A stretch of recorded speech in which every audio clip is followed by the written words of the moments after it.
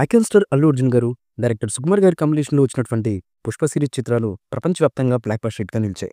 ముఖ్యంగా వీటిలో 'ఊ అంటావా మామ', 'ఊ అంటావా మామ', 'కిసిక్' ఐటెమ్ సాంగ్స్ ప్రత్యేక ఆకర్షణగా నిలిచాయి అని చెప్పడంలో ఎటువంటి సందేహమూ లేదు. తాజాగా ఓ ఇంటర్వ్యూలో పాల్గొన్నటువంటి ఈ చిత్రాల సంగీత దర్శకుడు దేవిశ్రీ ప్రసాద్, 'పుష్ప' మూడో పార్ట్‌లో ఐటెమ్ సాంగ్‌పై ఆసక్తికరమైనటువంటి విషయాన్నైతే పంచుకున్నారు. ఈ సినిమాలో ఐటెమ్ సాంగ్‌కు నటి జాన్వీ కపూర్ డాన్స్ వేస్తే బాగుంటుందని ఆయన అభిప్రాయాన్ని వెల్లడించారు. అలాగే 'పుష్ప 2లోని కిసిక్' పాటకు యంగ్ బ్యూటీ శ్రీలీల అయితే బాగుంటుందని తానే సూచించినట్లుగా కూడా ఆయన తెలియజేశారు. శ్రీలీల అద్భుతమైన డాన్సర్ కాబట్టి ఆమెను తీసుకుంటే బాగుంటుందని మేకర్స్ చెప్పానని అన్నారు.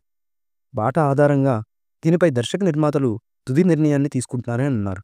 ఇక 2021లో విడుదలైన 'Pushpa the rise' super hit అందుకున్న సంగతి తెలిసిందే.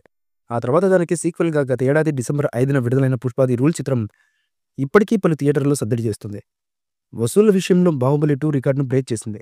32 రోజుల్లో 1831 కోట్లకు పైగా కలెక్షన్స్‌ను రాబట్టింది. అలాగే ఈ నెల 17 నుంచి ఈ సినిమాలోని అదనపు సన్నివేశాలను దాదాపు 20 నిమిషాలకు పైగా ఉన్నటువంటి సీన్స్‌ని కొత్తగా యాడ్ చేశారు మూవీ మేకర్స్.